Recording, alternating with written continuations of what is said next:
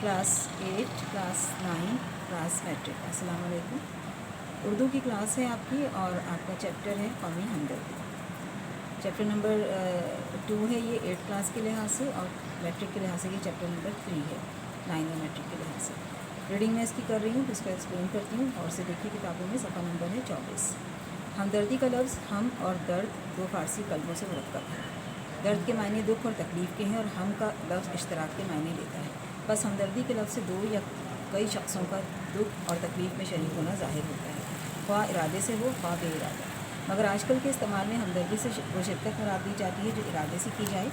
मसलन एक शख्स बीमार है और दूसरा रहम या मोहब्बत से उसकी दवा दारू करता है, तो दूसरे को पहले का हम हमदर्द कहेंगे। इस पैराग्राफ में ये बताया गया है पहले तो हमदर्दी के लफ्ज़ के बारे में कि ये दो लफ्ज़ों से मिलकर बना है। ये फ़ारसी के अल्फाज हैं, एक हम है और दूसरा दर्द है। दोनों को मिलाकर जो लफ्ज़ बनता है वो हमदर्दी है।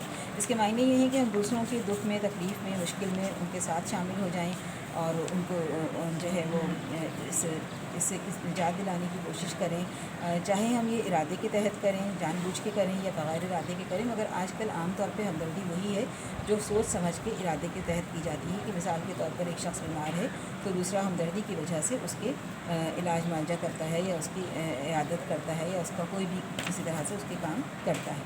दूसरा पैराग्राफ देखिए, अगर ये बात सच है तो ये ज़रूर मानना पड़ेगा कि तमाम इंसान एक दूसरे की हमदर्दी के ज़िम्मेदार हैं और हर शख्स मुसीबत की हालत में अपने हम जिनसों से मदद लेने का इस्तेहक़ाक़ रखता है। कौन है जो इस बात से इनकार करेगा कि भाई को भाई से एक ताल्लुक़ है जो एक को दूसरे की हमदर्दी पर मजबूर करता है। फिर क्या वजह है कि उन भाइयों की औलाद में उस हमदर्दी का कोई हिस्सा बाकी ना रहे। बेशक जब तक कि बाप के खून का ख़तरा औलाद की रगो-फ़ह में बाकी है, हमदर्दी का रिश्ता कभी मुनक़ता नहीं हो सकता। यानी कि हम इस बात से इनकार नहीं कर सकते कि हम इंसान एक दूसरे की हमदर्दी के ज़िम्मेदार हैं। यानी ये हमारे लिए ज़रूरी है, हमारे पर फ़र्ज़ है कि हम एक दूसरे के साथ हमदर्दी से पेश आएँ। और अगर कोई शख्स मुश्किल में है, मुसीबत में है, तो वो अपने हमजिनसों यानी अपने जैसे दूसरे इंसानों से मदद लेने का हक़ रखता है। कौन इस बात से इनकार कर सकता है कि भाई का भाई से जो ताल्लुक़ है उसकी बुनियाद पर उसे हमदर्दी की ज़रूरत महसूस ना हो या एक भाई दूसरे की हमदर्दी करने से इनकार करे। क्या वजह है कि इन भाइयों की औलाद में उस हमदर्दी का कोई हिस्सा बाकी ना रहे। यानी मुसन्निफ़ यहाँ पर ये कहना चाहते हैं कि जिस तरह दो सगे भाइयों में आपस में हमदर्दी होती है, इस तरह से उनकी औलादों में भी एक रिश्ते की वजह से, ताल्लुक़ की वजह से हमदर्दी का जज्बा होना चाहिए। क्योंकि एक खून, एक नस्ल का नस्ल दर नस्ल आगे बढ़ता है, तो जब तक कि बाप के खून का ख़तरा औलाद की रगो-पह में बाकी, रगो-पह में यानी उसकी रगों में, उसकी नसों में, उसके पूरे जिस्म में बाकी है, उस वक्त तक हमदर्दी का रिश्ता कभी मुनक़ता नहीं हो सकता। मुनक़ता के मायने है ताल्लुक़ ख़त्म हो जाना, टूट जाना। तो यानी रिश्तेदारी की बुनियादों पर एक दूसरे के साथ हमदर्दी लाजमी है, ज़रूरी है। और ये नहीं हो सकता कि हम ये कह दें कि फ़लाँ हमारा रिश्तेदार नहीं है तो ये ताल्लुक़ ख़त्म हो जाए, ऐसा नहीं हो सकता। रिश्ता अपनी जगह पर कायम रहता है और हम जो है वो एक दूसरे की हमदर्दी के ज़िम्मेदार करार पाते हैं।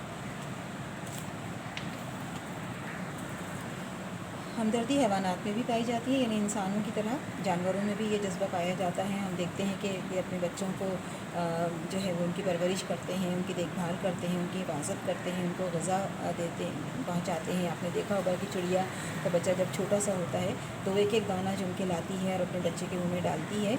और हर जानवर जहाँ तक मुमकिन हो बमक़दूर यानी कि जहाँ तक मुमकिन हो अपने बच्चों को दुश्मनों के हमले से बचाते हैं। इनकी ये आम आदत है, एक फ़ितरत है उनकी। उसके अलावा जो है वो जैसे जंगली बत्तख़ों की यहाँ मिसाल दी गई है कि जंगली बत्तख़ों का गोल जब किसी खेत में उतरता है, वहाँ किसी तरह का खटका नहीं पाता, तो सब के सब एक साथ बांध कर दाना चुगते हैं। मगर उनमें से एक बत्तख़ नौबत ब नौबत अपने हम जिनसों की चौकसी करती रहती है और जब तक पहरा देती रहती है एक दाना नहीं खाती। चूँटा जब कहीं अनाज का ज़ख़ीरा पाता है तो कभी दम परवरी नहीं करता, बल्कि उसी वक्त अपने हमजिनसों को ख़बर कर देता है और थोड़ी ही देर में लाखों चींटियों को वहाँ जमा कर देता है। और इस तरह और मिसालें भी पाई जाती हैं। जैसे मिसाल दी गई है बत्तख़ों की कि जब इनका पूरा पूरा गिरोह एक साथ जो है वो किसी खेत में जाता है और जब देखता है कि वहाँ कोई नहीं है, सन्नाटा है, तो वो सब एक सफ़े बनाकर यानी कतारें बनाकर दाना चुगने लगते हैं। लेकिन एक बत्तख़ उनमें से ऐसी होती है जो बारी बारी अपने जैसी दूसरी बत्तख़ों की पहरादारी करती है, उनकी चौकीदारी करती है कि कहीं कोई आके उनके पर हमला ना कर दे। और जब तक कि पहरा देती है दाना नहीं खाती, जब तक कि बाकी बत्तखें खा पी के फारिग नहीं हो जाती।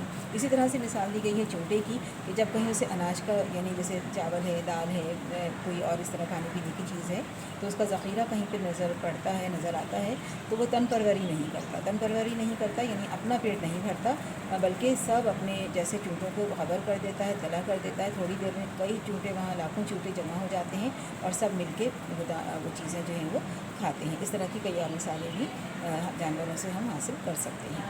ابھی ہم یہیں تک رکھتے ہیں، اس کے بعد پھر ہم نیکسٹ لیکچر میں اس کو مکمل کریں گے. اللہ حافظ.